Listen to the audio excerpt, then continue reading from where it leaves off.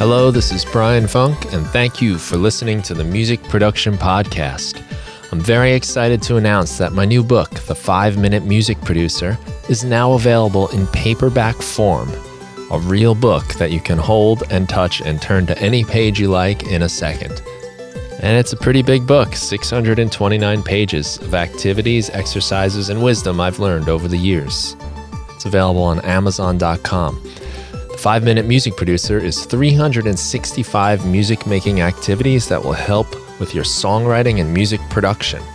It'll help you fight writer's block, make more music, write better lyrics, develop solid workflows, learn techniques for generating ideas, and finish more music. It's like having your very own music production personal trainer giving you ideas and challenges each day. And the best part is the challenges are quick and easy, and they only take a few minutes. So even if you don't have a lot of time, you can spend 5 minutes and advance your music production skills. There's no better time to improve your music than now. Imagine where you'll be after a year of these activities. The 5-Minute Music Producer has hit the #1 new release in the music songwriting and music recording and sound categories on Amazon. So check out the 5-Minute Music Producer, 365 music-making activities. It's available on Amazon.com, or you can go to brianfunk.com/book. Hello, everybody, and welcome to the Music Production Podcast. Thanks for listening. This is the show about all things making music, and today I have some special guests. Ghost Notes, which is John Matthias and Jay Auborn. They are composers, a violinist, physicist, that's John, and then Jay is a musical engineer, and together they make some really cool music that's a combination of electronic and acoustic instruments. And in the descriptions, I got some interesting terminology and phrases that I'm definitely going to be excited to talk to them about.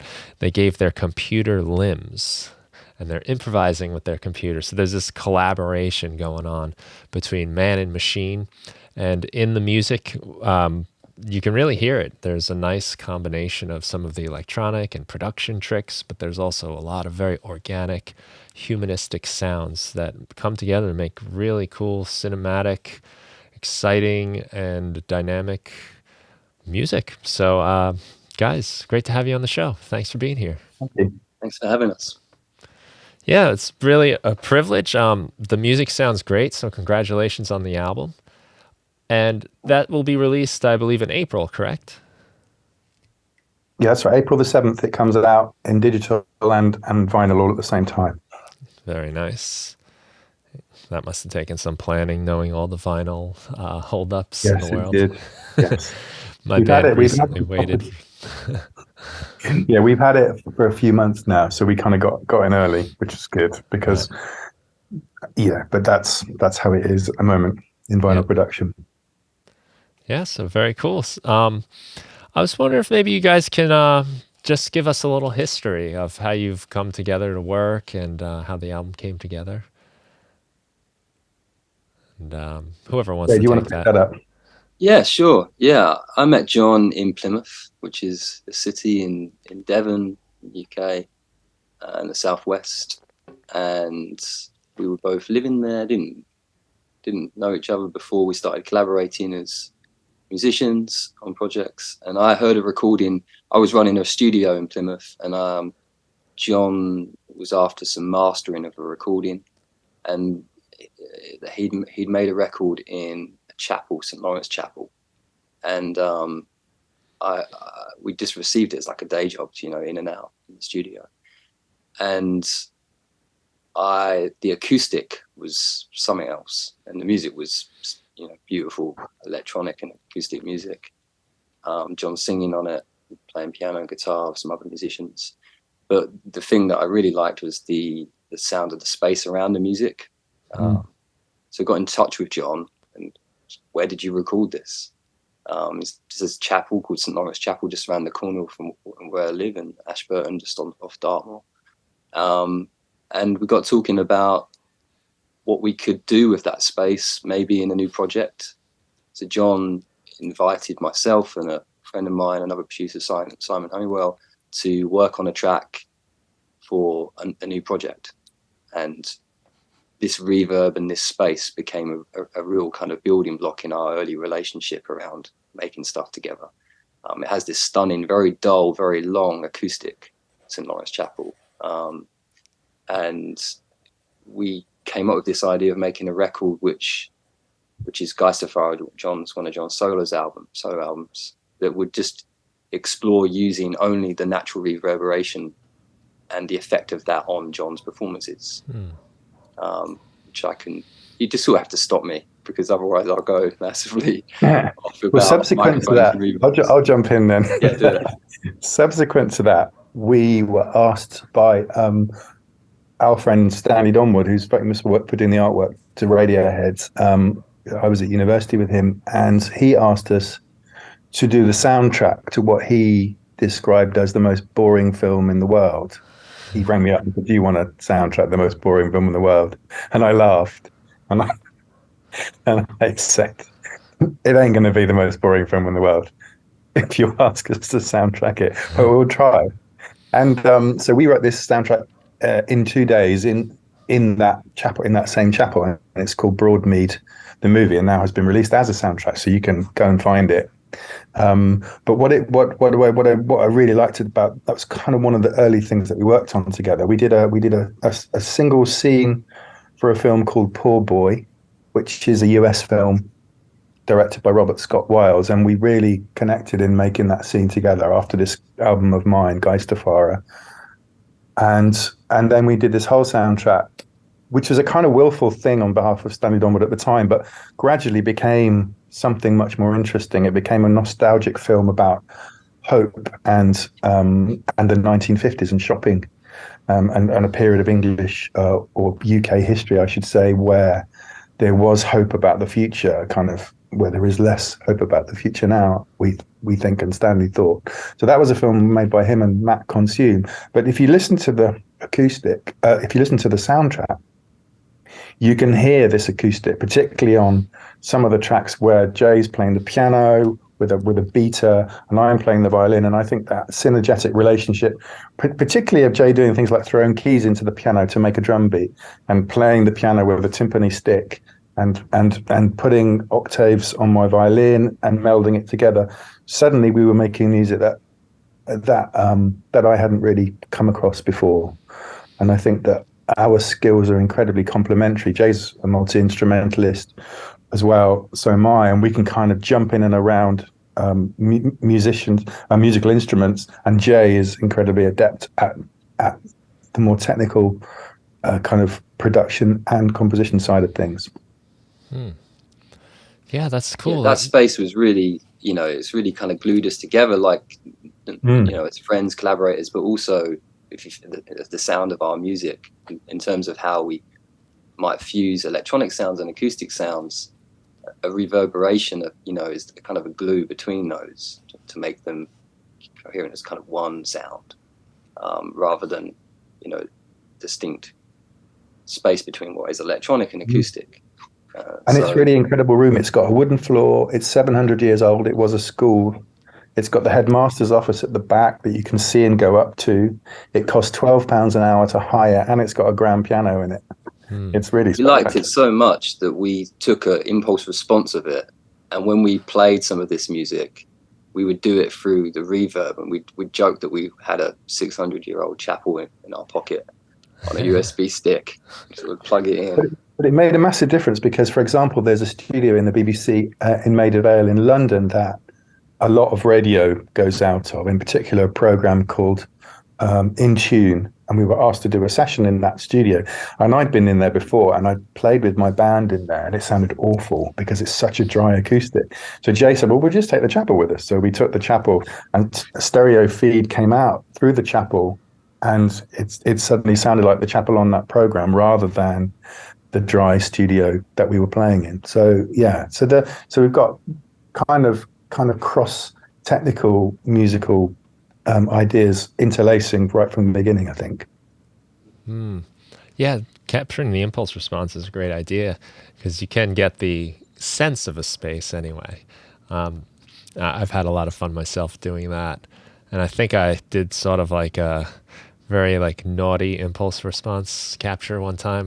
When I was in London, I went to John Lennon's childhood home Wow. with the National Trust tour. Like you had to like kind of sign up for it, and we got in, and we got to tour his home. But there's no photos, there's no phone. Keep everything away. You know, it's very strict about that.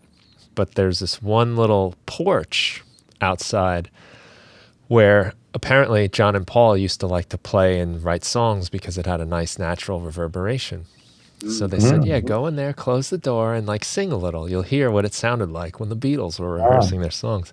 So I'm in there, and I say to my wife, I'm like, all right. I like got my phone secretly. I'm like, clap your hand, you know, just make a. So I captured this like reverb of John Lennon's house Right. that, you know, I can pop on anytime I need to feel like I'm one of the Beatles or something. Oh, that's nice. Yeah. And what does it sound like? It sounds really, it's like almost like a shower. You know, it's a very Oh, small okay. enclosed area with reflective walls. So, but it has like, it makes your voice sound a little bit bigger. Kind of that effect when you sing in a nice tiled shower, that kind of natural reverb. Well, it's the same. I mean, I think that I get why they did that and went into that space. I mean, as a violinist, for example, I hate playing in acoustics that are dry. I just don't like it. My violin doesn't sound any good, and same with singing. And you just don't get anything back. So so the old style studio design that they had in the 1980s, where you were expected to go into a room that had a dead acoustic and everything was going to be added. That's completely changed now, which I like a lot. Mm-hmm. We don't use those kind of studio environments at all anymore. And Jay's in his studio at the moment. You can see it, and it's it's a relatively live acoustic in there. Yeah, it's it's almost like an instrument, you know? It's almost like a person or a player. So, like the sound of the room when you get a nice room. There's a lot of literature and stuff out there about the role of particular spaces in the evolution of music. Is that David Byrne talks about it really well in that How Music Works book, and he talks about the influence on Bach. They installed a mezzanine floor on the chapel he used to write in and reduced the reverb significantly, allowed him to develop his compositions, with the reduced reverb, to do more within the music. And there's lots of examples of music written outside and how that influences the kind of rhythmic complexity within the music because there's no reverb. And that we're interested in that, and also thinking about kind of negative space within music. And if you make a comparison to, say, visual art, where you can have space around objects and subjects, within the computer, that space the tendency is to fill it because there's nothing there. But when you're composing or even producing, if that negative space is something, whether it's just like background noise or the reverberation tower of a room, there's something there to influence the shape and the structure of the music as it evolves. So it does, like you're right, it becomes part of the music part of the process. We took this idea a lot further in our first record together called Race to Zero, and we went to lots of different interesting spaces where they have different reverbs, and we just improvised on different instruments. So collected this catalogue of improvised music responding to reverberation, and then we slammed them all together to try and make this kind of multi-layered, multi-space dimensional music, like a collage, which worked really well in some cases and not so well in others. For example, we tried to do a piano piece where each note was recorded in a different space. Really? Which sounds like a really nice idea in this sort of fractured sense of space. And of course, all the pianos are tuned slightly differently. And, after about 10 recordings, we realized how horrible it was going to sound. So we bowed on that, but it worked in other cases. I'd forgotten that project. I remember being in all these different locations, kind of different churches, some Methodist church in Plymouth, I remember. Yeah, okay. Yeah, I remember that. Yeah. And that, it's a good example, I think, as well, of this thing of like, you set up an idea to start with, and then it, as it evolves, it changes, and you kind of have to embrace that change because the reality is very different. And we were talking about that, we're getting, way off from the subject from the question, but we were talking about like, the John Cage quote about the idea is one thing and what happens is completely different. And that's like really relevant for us, because we might talk about an approach or a concept as we come together to make music, and then it's interesting to see what kind of falls by the wayside as the process evolves. And something like a space and a reverb, there are these outside influences on the development of your music, and we like to embrace that and not get too protective about the concept or stuff. Yeah, I mean, there's the difference between idealism and pragmatism, isn't there? And I think that there's always that question, well, does it sound any good? Is it any good? And I think you always have to keep asking yourself that, is this any good? You might have an idea, and I'm less keen on artistic projects that they might have a great concept to them, but if they don't sound or they don't work, then it's not any good. And that's my opinion on that kind of. And Cage is really pragmatic. Really, you do what must be done to make it work, and that's what he would say, no matter what your kind of original idea was. So that's kind of quite interesting, really. Even Alvin Lucier's piece, I'm Sitting in a Room, which has that beautiful idea of kind of keeping saying something into acoustic and re-recording it. It's kind of related to what we're saying. Does sound beautiful by the end, almost no matter where you are. It's got this amazing ethereal nature to it. So it works because it's incredible. And you say, when I teach students, for example, I say, what's it going to sound like at the end? And they go, oh, it's going to be mushy, it's going to be noise. And you go, nope, no, it's not. I guess there's that, you have to be willing to go with where the sound takes you, where the experiment takes you. And it's sometimes, I guess, when you put that kind of work where you're going to 10 different places to record one piano part with different sounds, when that doesn't work, that's like, sometimes the amount of work you put in doesn't necessarily lead to a better result. No, absolutely. I mean, the thing that sometimes you can just do something in the moment, and it's and then that's it, and you'll never do it again, and you have to capture it, get that moment. You don't quite know where it came from, but you realize that all this preparation was leading up to that moment in order to be there and do that thing there and then, bam. And if you're lucky enough to be able to do it, then that's what you needed to do in that moment.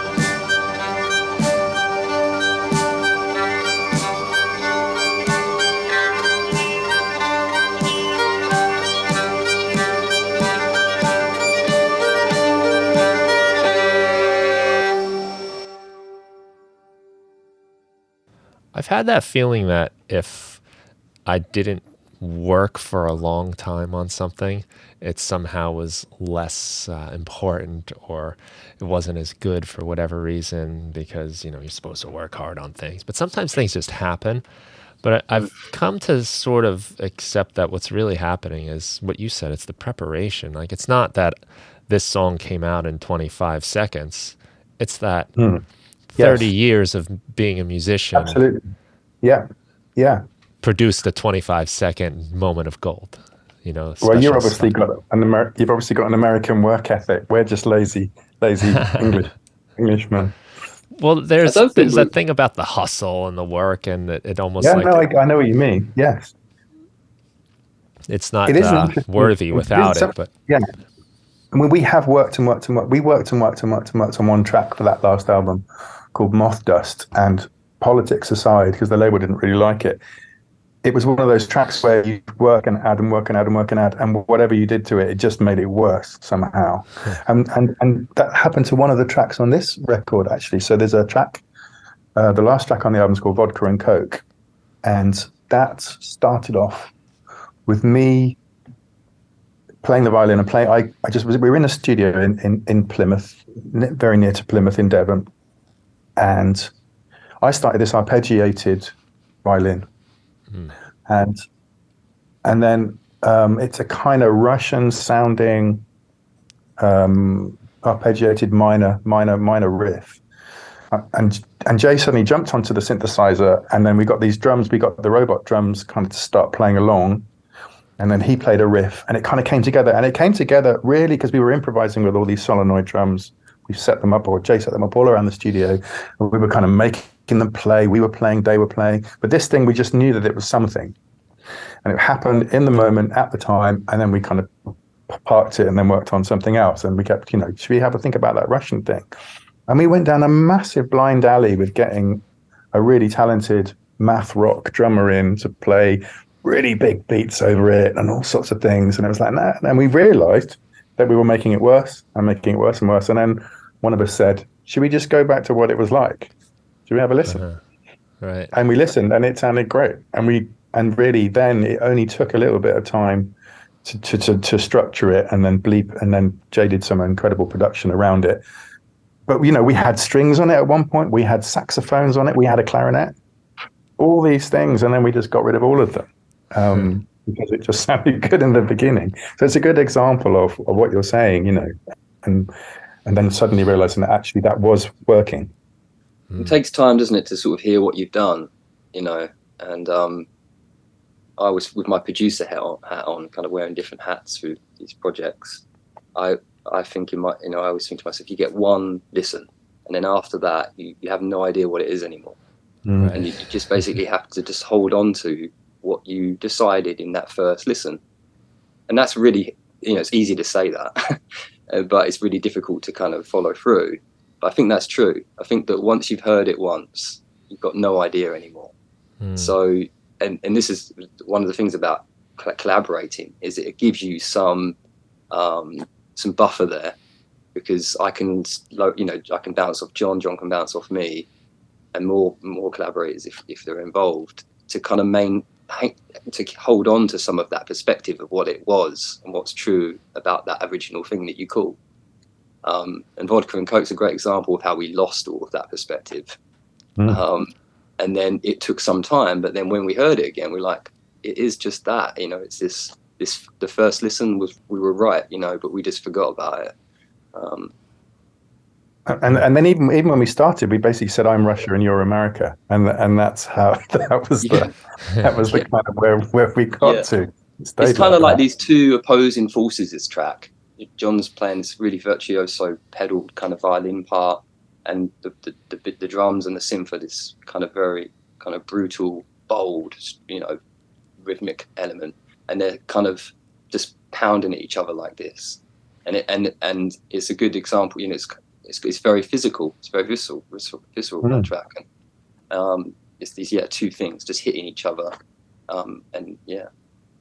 And what I think what you've done, which I really love on the track, is that you've taken that viscerality. So what Jay often does is he thinks about the sound as a material, And what he's done is sort of stripped away some of that material that is the sound, and then you can hear that kind of being taken away and then put back together again in the middle of the track, which provides, so that he's got this tension, the same thing, and then the breakdown is actually a taking away of the sound that's actually there, and then building it up to a kind of finale. So that's the kind of how the form of the piece works, through a sort of destructive process almost.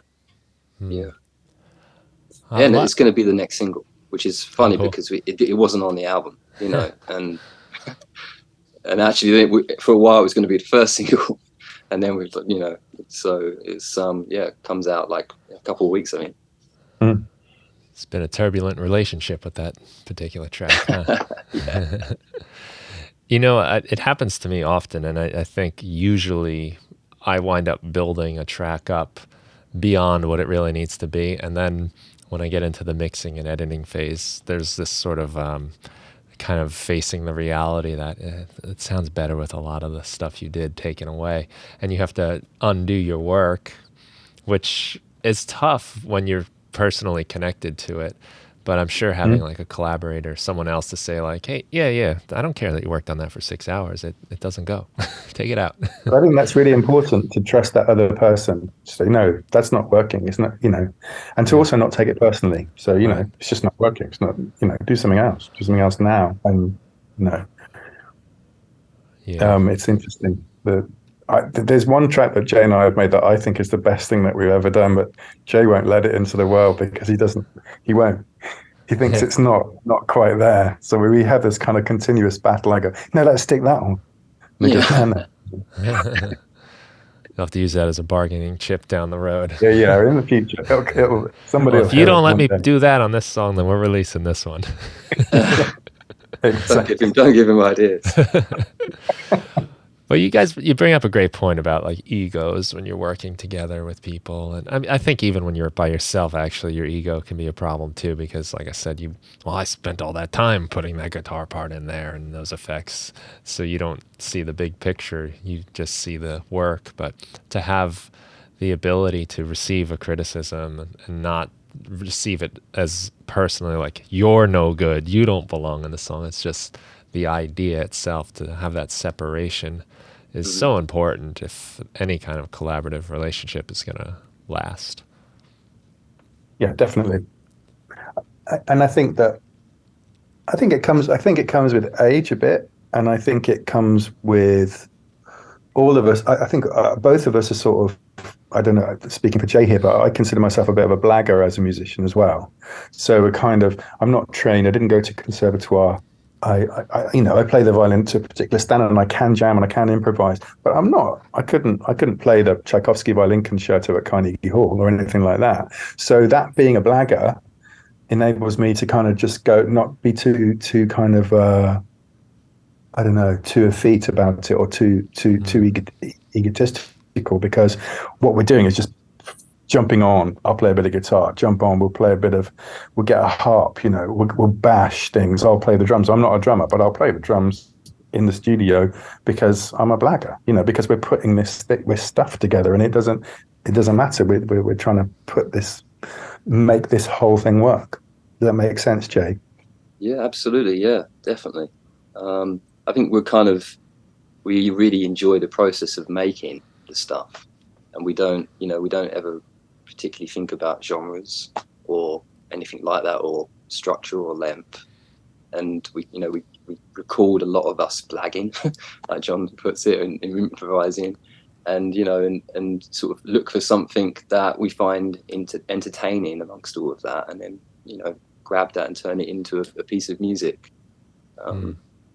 It's interesting, the genre thing. So what might happen is, in the middle of a song, one of us might go, oh, this sounds like Northern Soul. So when we were making Christmas at the Twisted Wheel, which is the penultimate track on Ghost Notes, we did this kind of transition happens, and then it goes into this beat, and I started playing this violin riff, and then we were going, this sounds like Northern Soul. So and so we made it. Then that gives us a direction. Let's make it sound like Northern Soul. So I put a piano on, and then we started doing some kind of Northern Soul fills, And it doesn't sound like Northern Soul. I'd be interested to see what you think. I still think it kind of does. But that was what our picture was in our head. I had all these men with big flares on dancing around in Northern clubs.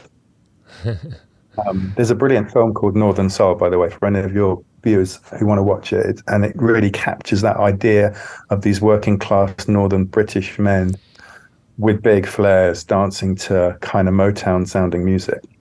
Hmm.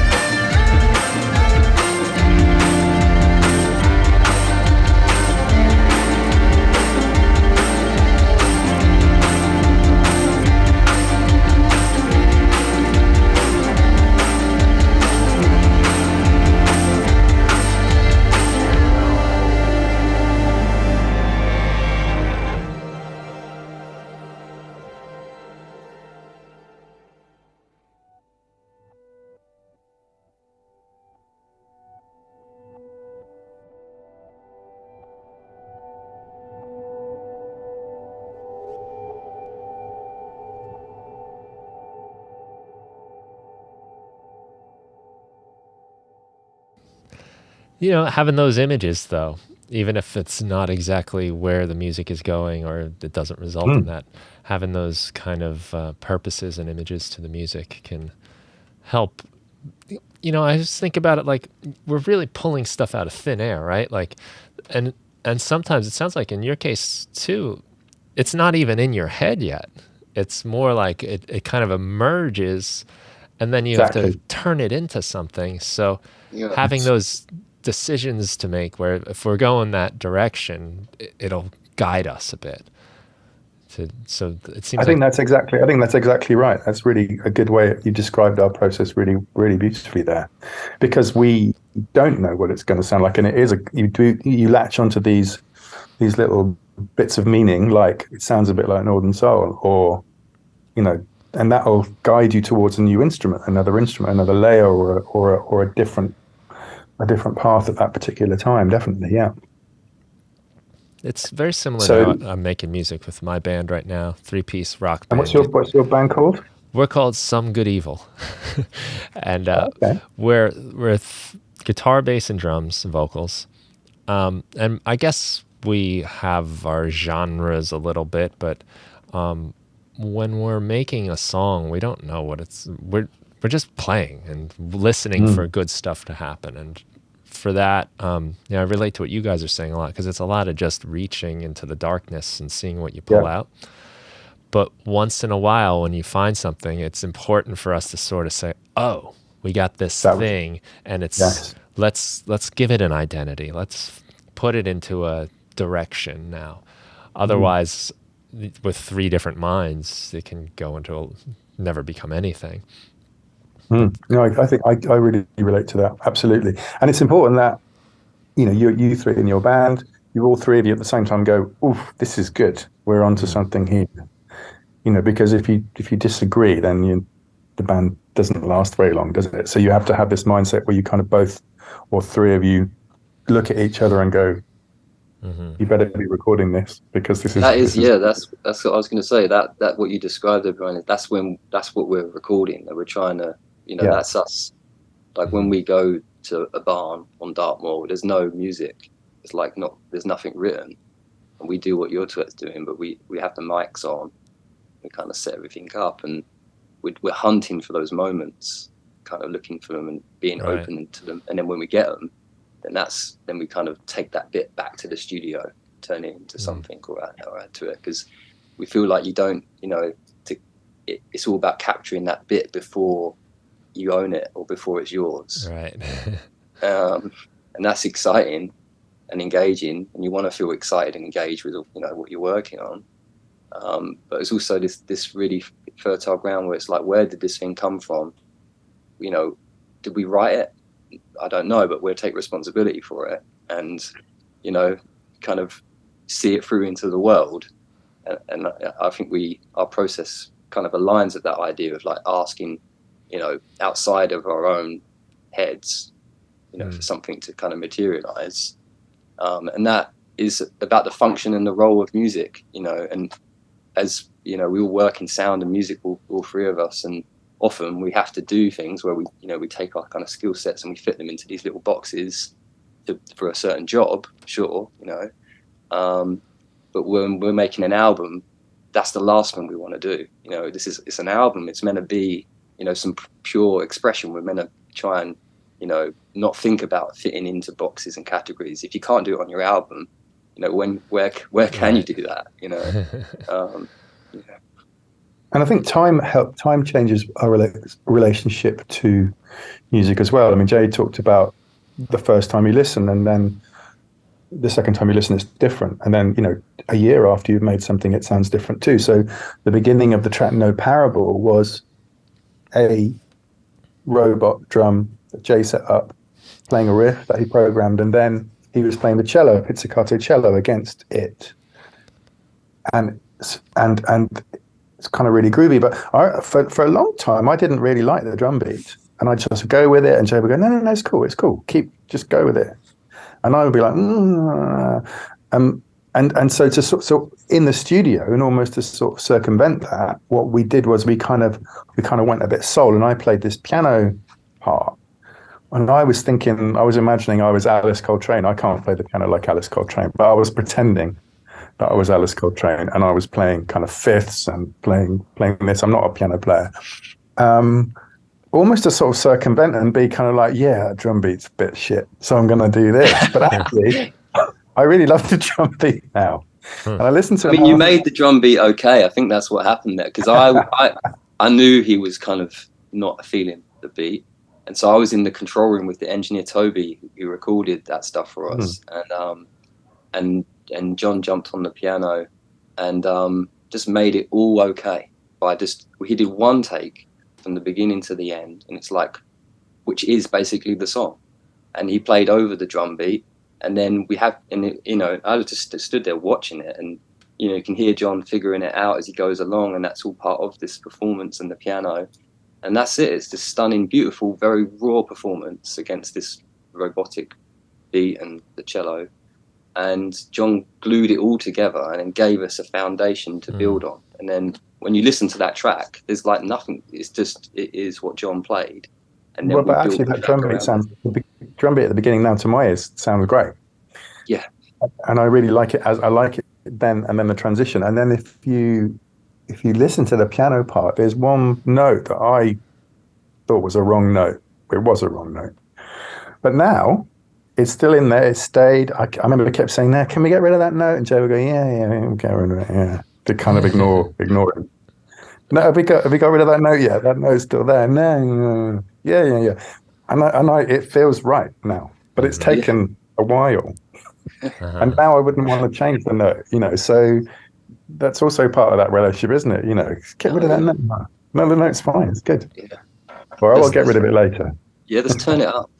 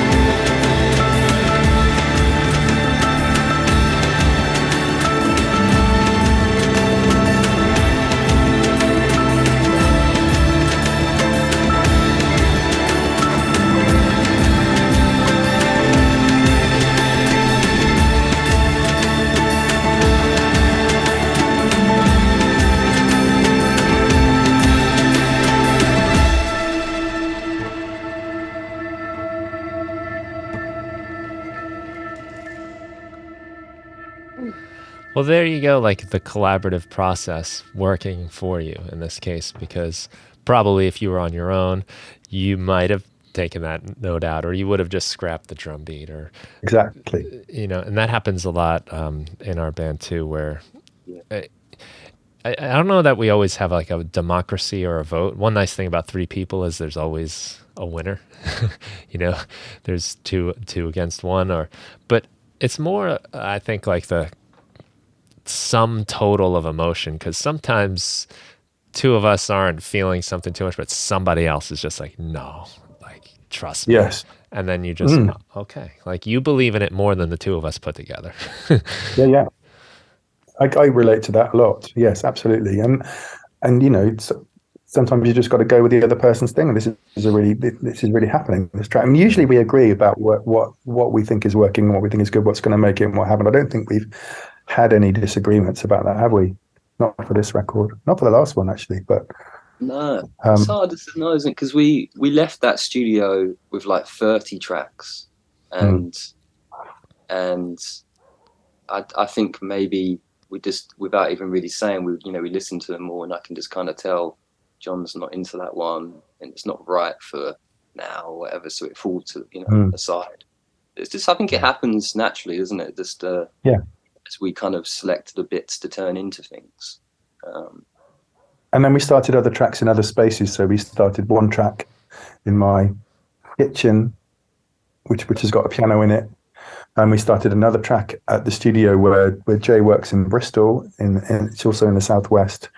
Because we realized that, there were other voices that needed to come in. So the Lovelace track, which is a track without drums, which is just a kind of falling diatonic riff that Jay played on the piano, and then the violin plays over the top. That came together very quickly with just, what do you think of this? Jay would play this. That's lovely. I can do something with that. Suddenly, all in one take, the violin was done, and then everything else was added, the harp, the clarinets, and then it became a whole quite quickly. So there was a kind of sense in which we do need something else, but we don't quite know what it is. How about this? What do you think? Yeah, that's great. Let's go with that. So that's sort of how we work. Yeah. Solving the problem together, figuring it out. Yeah, absolutely. Yeah. There's a sound that you might think that there's a mood. We might have a conversation, say, yeah, the album's kind of coming. Does it feel like an album? Well, it does, but there's not this. This is missing. It would be better if there was a thing like this on it. So we might try and write around a mood, for example.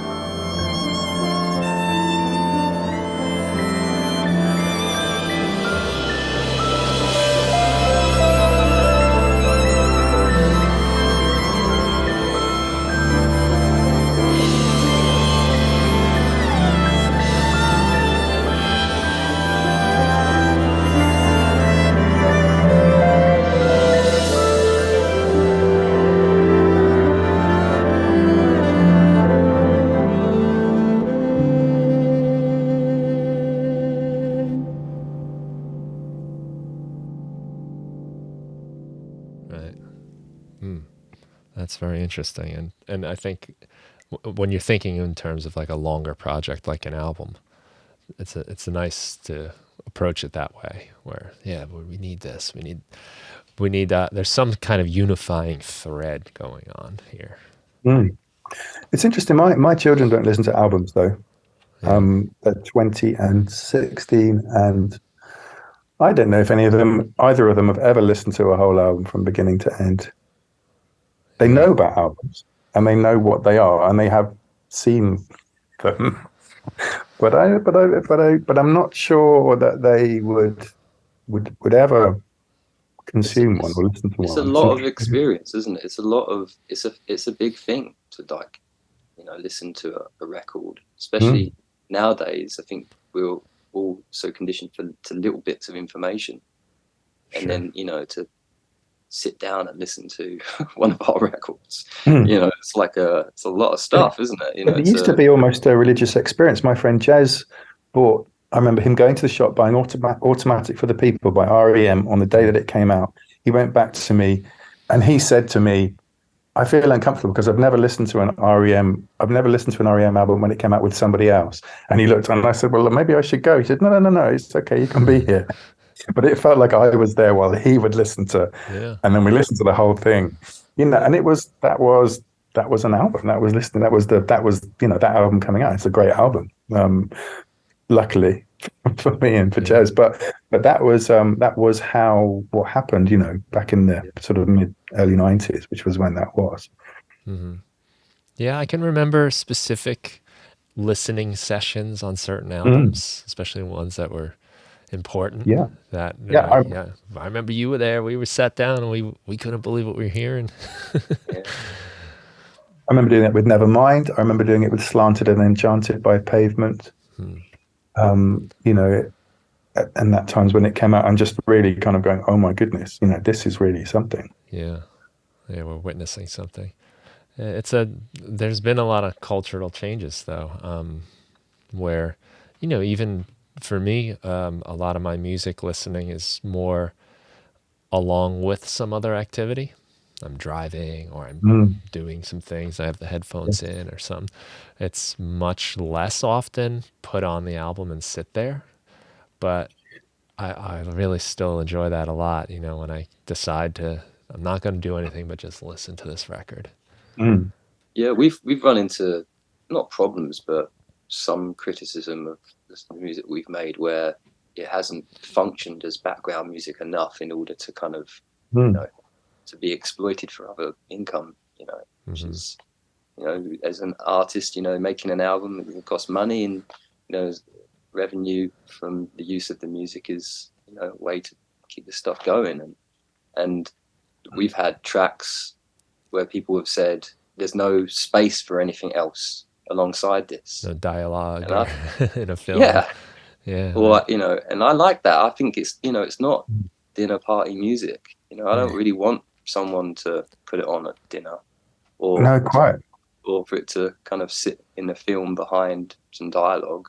It's kind of a different role, and we wouldn't write that music. It's, the album and these tracks, they're meant to be the whole experience as a piece of art, Well, even the phenomenon of playlisting is a bit like that. We've been told that, this album might not make many playlists. I mean, I don't even know what that means really, but because, it's too long an introduction, or it doesn't fit in with other music. It doesn't know what it is. What genre is it? I don't know. Well, you tell me what genre it is. I don't know what genre it is. So it's a kind of, there is a sense from the people that sell music, and I guess we have to put ourselves in that position because, we've made an album, we want people to buy it. But there is a sense in which it's much more consumable to do things while other things happen than it perhaps used to be. And I guess one of the only times in which we watch music now or listen to music now solely is in live performance, when you're watching somebody perform something. So the context is totally immersive then, or should be if it's good, is that you are watching, they are playing, you're in this immersive center where there's an interaction between audience and band. But then other stuff is happening. They're moving, they're playing, they're interacting with you. Yeah. So it forms a different function. Well, there's been a big increase in music for the purpose of like supplemental activity, like lo-fi hip hop. That's often marked music for studying, or ambient music is really seen a lot of growth lately, and it's meant Yeah. for sitting in the background a little bit and Mm. not taking the center stage. But it is kind of I've made an ambient album too, and I get that, but at the same time, it does feel a little funny to put all this work into something that people are not really supposed to pay attention to. Yeah. So It's interesting, isn't it? We've just done a soundtrack to a video game, which we've never done before, and it's a video game to a John Wyndham novel called The Kraken Wakes, which was written in the 1950s, and it's a novel about these aliens that kind of end up below the sea in the world, and there are fire bombs, and then the tide starts rising. But it's really a novel about what humans do to a kind of transgressor, and the way in which we try and be incredibly aggressive, and the reaction of the Kraken is, isn't good for humanity. But I guess the point is that when you have a job like that, you have to write the music for this thing, and so there is a sense in which you're supporting the game, or the game supporting you, and it all works well together. And then for me, it kind of works. That relationship works because you're doing something for something else, and you have to make that relationship work. So we've written a score that actually adapts with the emotion in the game. We've used some psychological theories of emotion that change with the emotion in the text, because in the game you talk to people who are in the game, and their characters talk back to you. It's getting launched at South by Southwest in March, actually. So there's a sense in which then what we tend to do in that case, Jay and I, is we adapt our music making process to the context that's there, which is very Burnian, really, to go back to David Byrne. So this is the context. The context is we're talking to someone in a game, they're talking back. It's the 1950s. There are monsters. We're never going to see the monster. What's that going to sound like? So there is a context that we change our process through in order to make that happen. Rather than it being in the background, it is in the background when you play, but it's very much contextual and thought about in that as part of that context. it's collaboration with the game then. Exactly. Yeah. That's a good way of putting it. Yeah, I like with our soundtracks and things that we've done together, John. I never really think of them as like scores or like or soundtracks. And actually, when I see that written on them, I think, ooh, it doesn't quite fit right to me. I think of like there's a film, and then we've kind of reacted to the film by writing a load of music. Like we've never done like a score where we've written to the picture, for example. Or like Broadmead. Broadmead's like this art project. There's a music, version of it. There's the film. They come together as one thing. And and obviously we create that process so they can coexist. It's not like two opposing things. But I always think it's the same with like the feature film stuff we've done. Like we make an album, and then that music gets used in that film rather than it being like a score. And I think it's the same with Kraken Wakes, I think, as well. It functions within the context of the game. It has to, for the end result. But also we made like a musical world. It's going to come out as an album as well. It coexists with that project. It's not just music like for that, to go underneath a thing. Yes. Yeah. That's interesting, isn't it? I mean, and I think the best film scores are scores that just create the world with the film. Yeah. They are part of the world. Like, There Will Be Blood, the brilliant Johnny Greenwood score, that music is a part of that film, and you cannot watch that film without thinking about that music. I find it, there's a sort of thing at the moment, and I might ask you to take this up, Ryan, but about how, people listen to scores as albums. And I find I like personally, I can't get into that, I don't really I don't want a soundtrack to my life from a film about a certain thing. I can listen to them as like, and admire the production and the songwriting and all of those things, and I can get kicks out of that. But it doesn't function in the purest sense of what music's meant to do for me, because it's so connected to a visual, brief. I get that. I Yeah. don't want to feel like I'm in a film, or having those feelings. I want my own. Sometimes a score does transcend a film, though, I think. So I don't listen to film scores either, except when we were making the Kraken Wakes, this game, I listened to quite a lot of music from the 1950s, and I listened to the soundtrack to Tinker Tailor Soldier Spy, the Gary Oldman film, a lot, and it is fabulous, and it's got such a constrained world about it. It's and for me, it works beyond the film as music, but it also works beautifully. And then I went and watched the film again because I love the film. I love John le Carre's writing, and I love that whole trilogy. And then went back to it. And but typically I'd listen to that in the car because I drive a lot to Bristol and back to Devon a lot.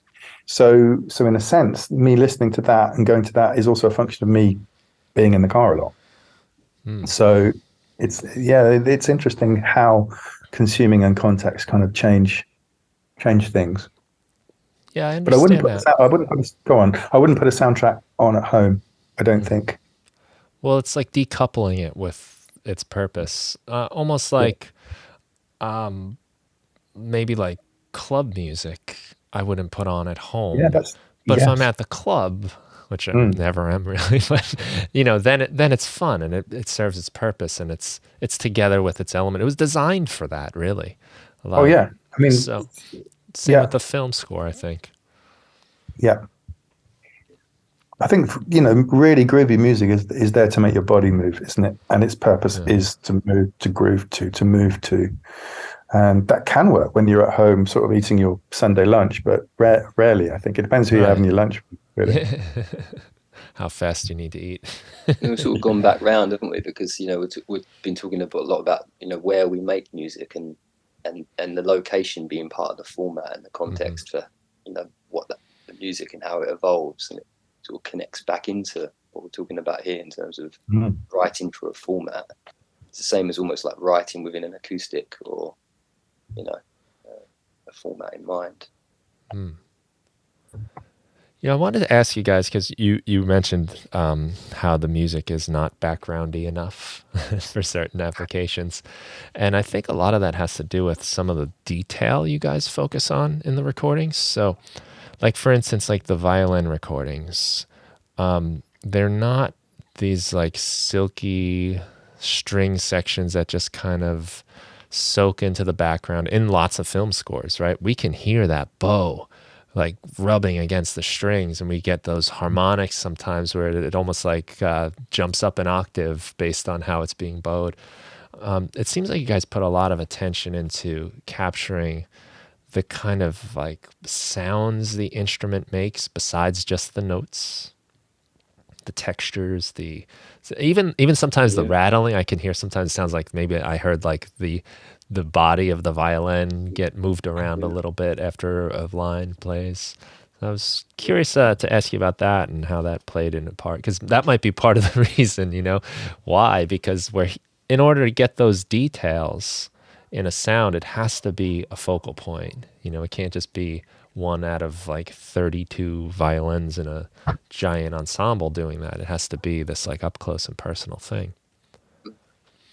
I think you kind of, I mean, you've hit it there. There's two elements to it. There's partly like how we're recording, in that we are doing it very live, and it is kind of throwaway and in the moment. And like we're talking about that piano performance in the wrong note earlier on No Parable, and that it's in there, it's part of it, and it's to take it away would kind of make it something different. So we keep it, and it's the same if one of us kind of a lead knocks in a thing, we can kind of take it out, but if it ruins the performance and the thing we've captured, we'd keep it in there. We're not too precious about that. So there is that going on, and then there's and it's kind of messy the way that we record. It's kind of cables everywhere and instruments everywhere, and sometimes the mic gets kicked out of the way and it's in the wrong place, but the thing happened and we want to use it. And we just embrace those, like it's a photograph of a thing that happened. It's not, whatever. It's not a big deal.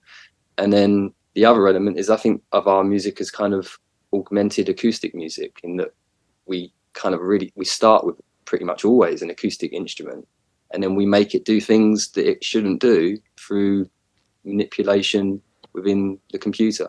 And I think that is a lot of what you're talking about there, where we might take a very, a violin performance that John's done, from start to finish, and then over time, and let the audience listen to this process of like changing the sound through processes over time, which bring out different elements of the sound and the timbre of the instrument. So it's always evolving and growing as an augmented, adapted process to the performance. So does that make sense? So yeah, absolutely. And I think the other element is, for example, you talked about the harmonics and the kind of sounds coming from the violin. So I have played the same violin since I was 8 years old, and it's a Victorian ladies' violin. They made special violins for ladies that were 7/8 size rather than full size. It's German. I didn't know that. Yeah. And it was found in my grandma's house after she died. She didn't throw anything away. She had this violin. She died when I was about 5. And I think that's one of the reasons I decided to play the violin, because I knew I had this violin, got it done up, and it's the one I play now. And so because I played it for such a long time, I know its kind of thing. It's part of me. I'm part of it. And so I know all the different sounds it makes. I know its harmonics. I know its nuances. And so I like to use that a lot in my playing, because I'm not a conservatoire trained musician, but I can do stuff with this particular fiddle. And there was one point when I was in my 20s, I kept taking it to get valued and saying, but it sounds great. And they'd say, no, it's not worth any more than £500. I say, you sure? It sounds great. And they would say, no, we can't value it according to its sound. What you can do. We need to know who its maker is, what its provenance is, and so on, So yes, it's a not very valuable Victorian German ladies violin. If there's such thing as a Victorian German lady, but that viscerality, and we use a microphone that's very close mic and then something far away. That is part of the sound that I want to get across. Absolutely. I think it lends itself to this combining acoustic and electronic sounds as well. That you could try to blend them a lot and kind of blur the lines, but in a way, having that stuff stand out makes it all kind of work together. Maybe, like you said, with like the reverb you're using, and just the rooms you're recording in are the glue, because that's always the hard thing. Like, how do you get them to glue together, but then how do you not lose the distinction between the acoustic and the electronics? Yeah, I mean, I think that we view these things as sound producing devices, and that we would like to become part of this music, and we're not writing for the violin or writing for the piano. The piano is something that makes this sound, but it might make another sound if you bash it or if you put something into it. So we're not. I think that's part of the philosophy as well, which is what you've just said in terms of thinking about it as acoustic electronic things. This sound on the violin might be better if we really stick a big reverb on it, or if we put it through a plugin or use this particular thing. Yeah. For example, and specifically with. Sorry, John, did I interrupt? No, go ahead. Yeah, go ahead. The with Ghost Notes, before we started that project, after the album before, we tried to perform live the previous album, and it was too complicated to pull off. There's too much process involved, and so we wanted to make a live album in a way, us kind of doing live. So what we wanted to do is bring in all of the manipulation, the digital stuff, electronic stuff in the same room as the acoustic improvisational stuff, because before this they'd been largely two distinct processes. So it was all about kind of finding ways to bring it together, which is partly why we've decided to give the computer the ability to play the drum kit. But also things like allowing John, to hear the digital manipulation of his violin in real time as he was doing it, and how would that affect the way that he plays. And that helps, I think, with some of that merging of worlds, because John, like, we set up things where the louder he plays, like the more distorted it might get, or, because it's so easy in the software now to just, use dynamics to control different processes. And also there's a lot of that going on, a lot of reamping of acoustic sounds with the electronic counterpart in the room, on the mic as John's playing live. And John's responding to that in real time, and there's a kind of feedback loop going on between these two worlds. Yeah, that's really cool, and that again will tie it together nicely.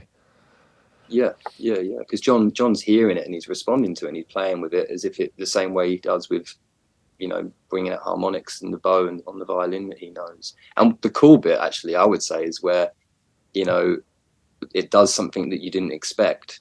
And, and I like, I sort of sometimes know what's happening with that stuff, and John might not, because he's focusing on playing, not because he doesn't understand it, but because he's kind of focused on performing. And I like to look to see what might happen to John as he's playing and improvising based on a thing that I know is going to happen. And how we deal with that unexpected reaction, because that opens up the possibility of discovering or having a happy accident, which I would say pretty much all of the music that's on that record is kind of born out of happy accidents. Well, if you've ever tried to play an electric guitar direct in and, we'll reamp it, we'll add the effects later. It's like, oh, no. Like, you need that interaction with the amplifier to determine what you play, how long you hold down notes, or if you're, all these things matter so much. And then it only makes sense to just bring that kind of thinking into something like a violin or a piano, because it will certainly change how you play, because you're reacting. I think the best exponent with a violin as a sound producing device is Warren Ellis, probably. I once saw him play at the Hammersmith Odeon in London, and he had this violin, had a microphone on it, I think, and then he had these speakers, and he held it. He moved it around this sonic space, and he was playing with the feedback, and it just going, and it was amazing. While Nick Cave played the piano, and it was absolutely spellbinding. So he's definitely using that violin as a way of making sound, whatever it is he does with it. It's a sonic thing. Yeah, like a guitar player holding the guitar near the amp. Totally. Well, exactly. He's the Hendrix of the violin, isn't he? He really is. Yeah, he's extraordinary. Yeah. Another thing about this stuff is I think a lot about the merging of two is like latency. And we kind of dealt with this as a performance element on Ghost Notes, because sometimes we're doing things where we're asking a lot of the computer to process an acoustic instrument in real time and then play it back in the room with us as if it was there and aligned. And that's not possible, because there's always latency in a digital system. And so we started to play off latency as a rhythmic device. And, and these kind of things like the limits and the technology and stuff, they're interesting influences on how the stuff evolves. So like a practical example is like we had a real drum kit, and then we had the drum kit controlled by the computer. And at times we were turning the signals off the real drum kit into from audio to MIDI, and then MIDI to voltages to play the other drum kit. So we had this kind of echo, which is partly where the Ghost kind of theme comes from, in that we might play the real drum kit, and then so we get duh, and then a fraction later another duh, and then we could build up these kind of real-time echoes through latency. And then every now and then the computer would just be like, hang on, this is too much, and the latency would change, and then all of a sudden the beat goes like, whoa, what's that rhythm, what's happening there? And we get really excited by that, and it's kind of like this outside agency, this outside influence, this kind of ghost in the machine. And being open to that and then including that was a big part of the process of making the album, and looking for those bumps and those little glitches. That's the first time I've ever heard of anyone using latency as a creative tool rather than like smashing their heads against the desks over it. Usually it's so frustrating, but that's really cool.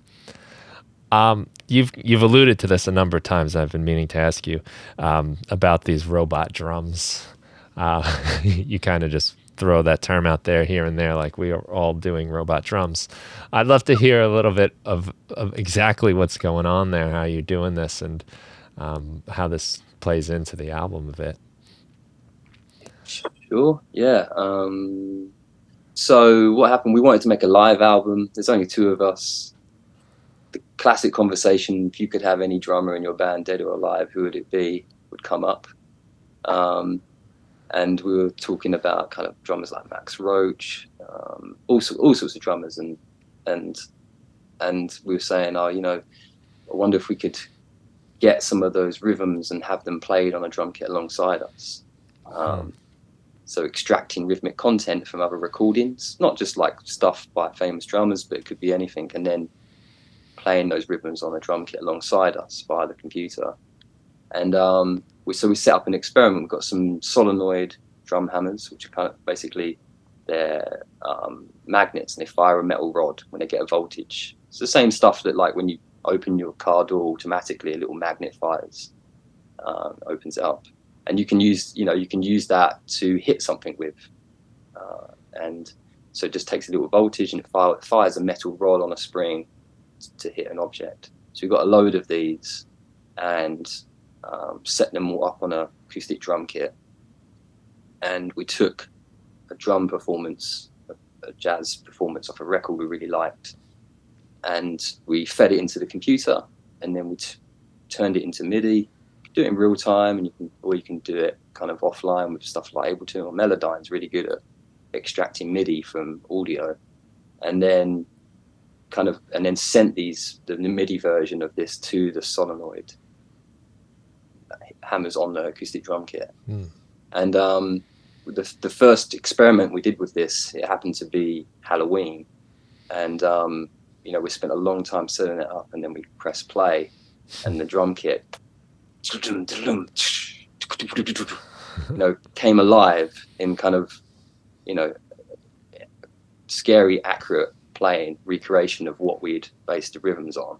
Wow. And it freaked us all out, because we were like, what is this? Okay, is because and we were talking about things like how this was a performance by Max Roach made in the mid-50s, a drum solo, very complicated patterns, and there was this idea of like Max Roach, probably in Los Angeles, I'm not sure where he recorded it, hit a drum in 1955 or wherever it was, and that signal traveled from his drumstick into a mic, down a cable, onto a tape machine, through a desk, onto a piece of vinyl, in a shop, years later, onto our record deck.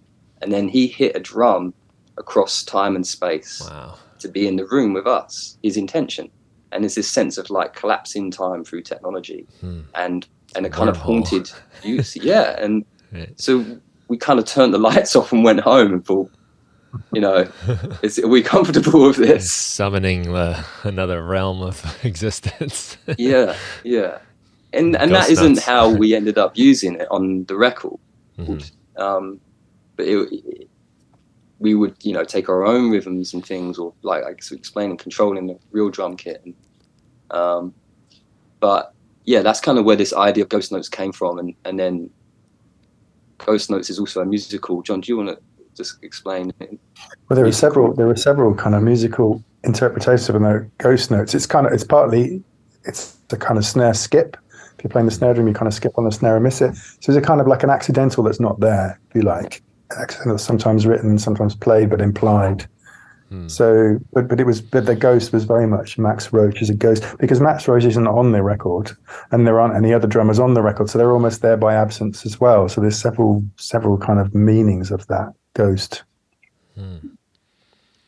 It's a really interesting combination of live improvisation, but then this is a very calculated process that you have to really put some time into, as you said, and then to have it all come together. It's a cool combination of those styles of working, the in the moment, and then the kind of bringing in something a little more technical, and but at the same time, it's got that experimentation aspect to it. You don't really know what you're going to get. I think that word experimentation is key, because I think that we have been experimenting, and the process is experimental, but the music when you listen to it, hopefully doesn't sound like the kind of classic what you expect experimental music to sound like, which is music that nobody likes. It has structure. It has Yes, direction. it's deliberately kind of it's deliberately music that we'd want to listen to when we went home, rather than music that's just about experimenting. So we really wanted to experiment we wanted it to be unpredictable. We don't score things and then get people to play them. We evolve and we improvise and we muck about. But we wanted each track to have form, to have a sense of itself musically, and for it to be something that we wanted to listen to ourselves. It comes across that way. It really does. Oh, thank you. Because I think that sometimes we've been describing the album to people and they kind of go, oh my God, it's going to be awful. It's going to be, oh my God, this robot I can understand. music. And you listen to this? Well, it's kind of the best of both worlds. Like you're doing the experimentation, but the point isn't the experimentation either. It's another tool, from what I'm gathering. It's another way to get to this goal of creating a piece of music. And some of the methods might be unpredictable and surprising, but again, like you also have the option to whether or not to use that to change it. And it's obvious that the music is crafted at the same time. Yeah, no, thank you very much. That's I think it's getting that balance, isn't it? Because I think we could have gone through a completely different process and scored something and had an idea and composed it, but it isn't that kind of record. But we have manipulated it so that it does have that balance between something that has a particular form. I'd say it was pop music. Lots of people wouldn't, but it's kind of progressive pop music in my head. It's not, I don't think it is classical music. Some people have called it classical music, but for me, it uses pop sensibilities and pop or rock kind of structures and tunes. That's its reference point for me. It's not, and I think it's that kind of album. Well, I think it's also part of the collaboration. How John and I the reason we like working together, because melodically, harmonically, John is very capable and brings lots of ideas there, and then textually and production wise and electronically, I bring another side, and those things have continued to kind of merge, and the boundaries fall away.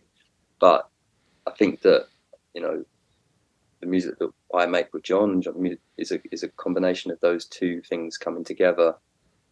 There's a melody, there's always there's a good harmonic structure to music, as much as there is texture and noise and electronics and sort of sound art and kind of harmony and those things.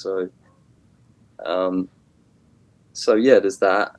And I think also it's like you can't, I was reading the David Hockney book, is that Spring Cannot Be Cancelled, and it's like about him moving to France over lockdown and painting on his iPad, and he talks about paintings, and he's saying like it has to have, even if it's a tiny little sliver of it has to have entertainment in order to be something worth looking at. And I think within experimental music, sometimes the entertainment is gone, and it's about academic, intellectualized process. Yeah.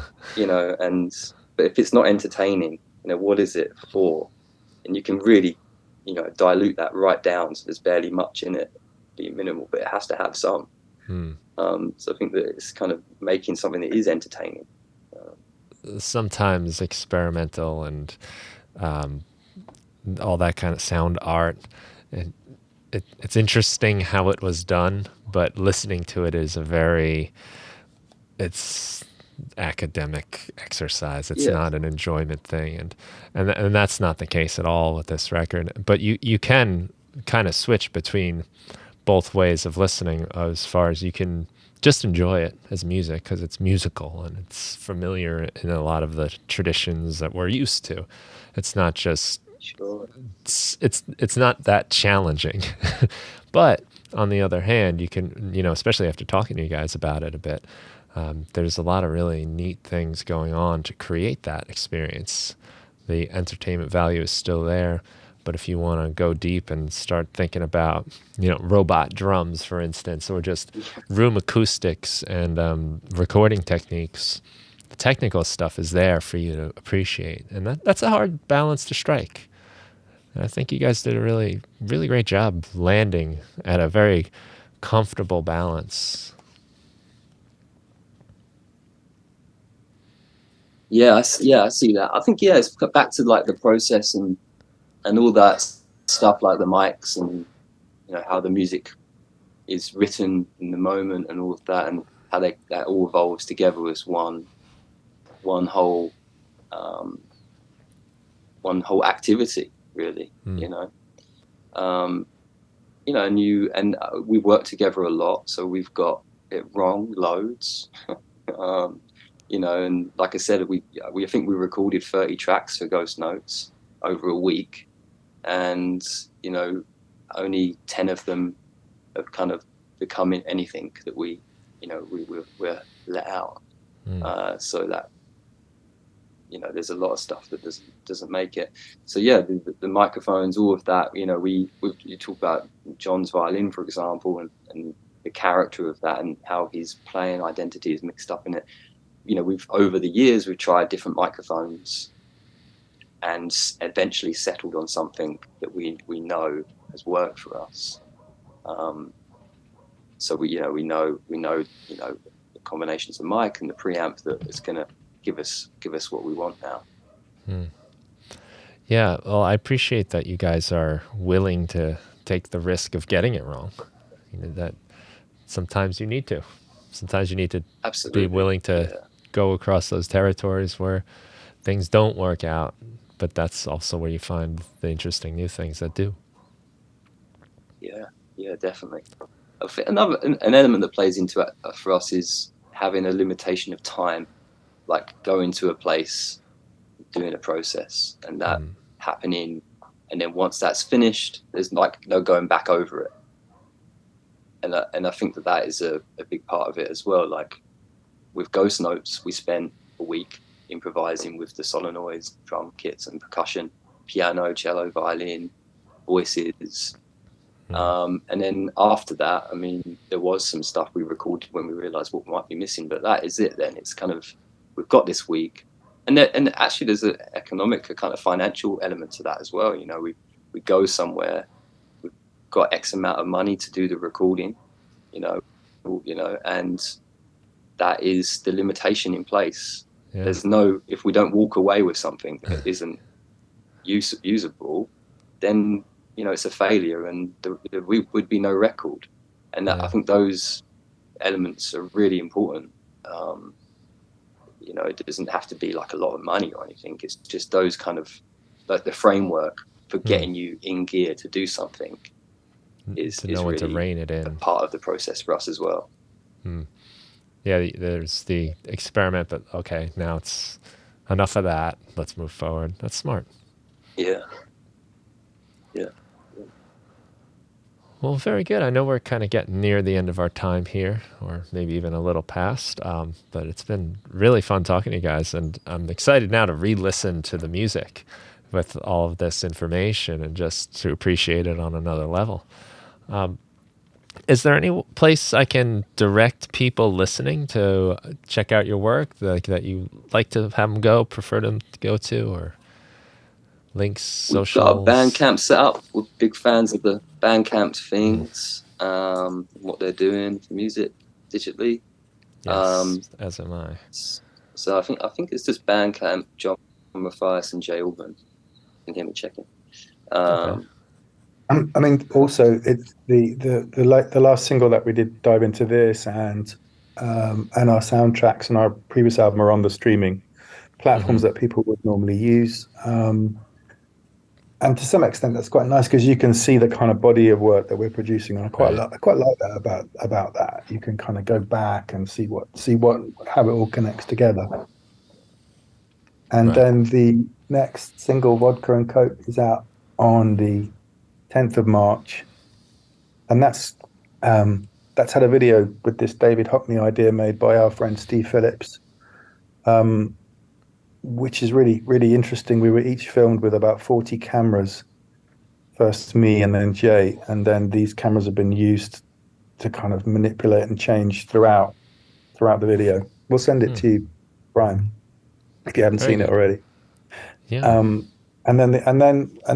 What we're going to do between now and the 7th of April, when the album comes out, is work out how to play the whole thing live, go back on ourselves.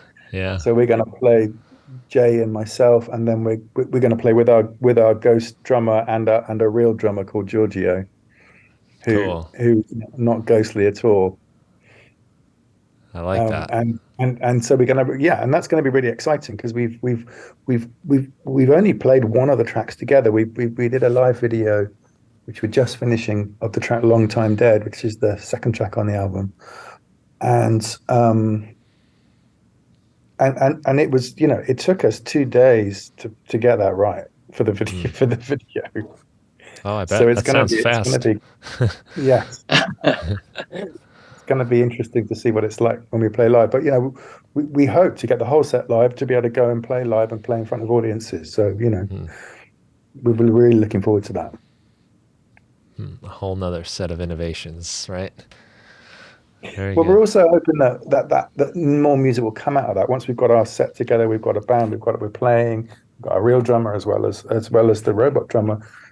Inevitably, other things are going to come out of that, which will be really interesting.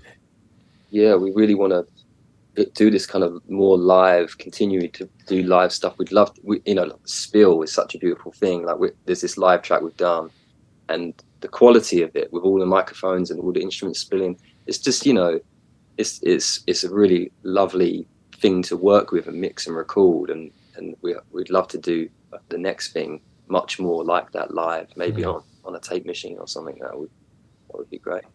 Yeah. That sounds cool. It's exciting. It's been I'm happy really for you good guys. talking to you, Brian.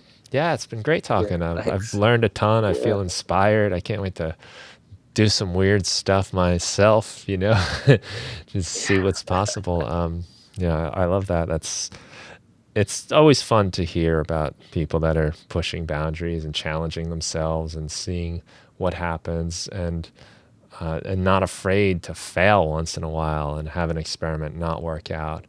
Because a lot of times you need to do that in order to find the gold, and sometimes even maybe the things that failed this time, like that piano, there might be a place for that somewhere down the road. Who knows? Yeah. But yeah, I really enjoy your work, and I'm really happy you guys spent some time to talk about it. Well, thank you very much. Well, let's hope we get to come to Long Island sometime soon. Let me know. I'll take you on a ride down Montauk Highway. I'd love that. I'd really like that. Very good. Well, thank you guys, and thank you everyone for listening. We hope you have a great day. Thank you very much.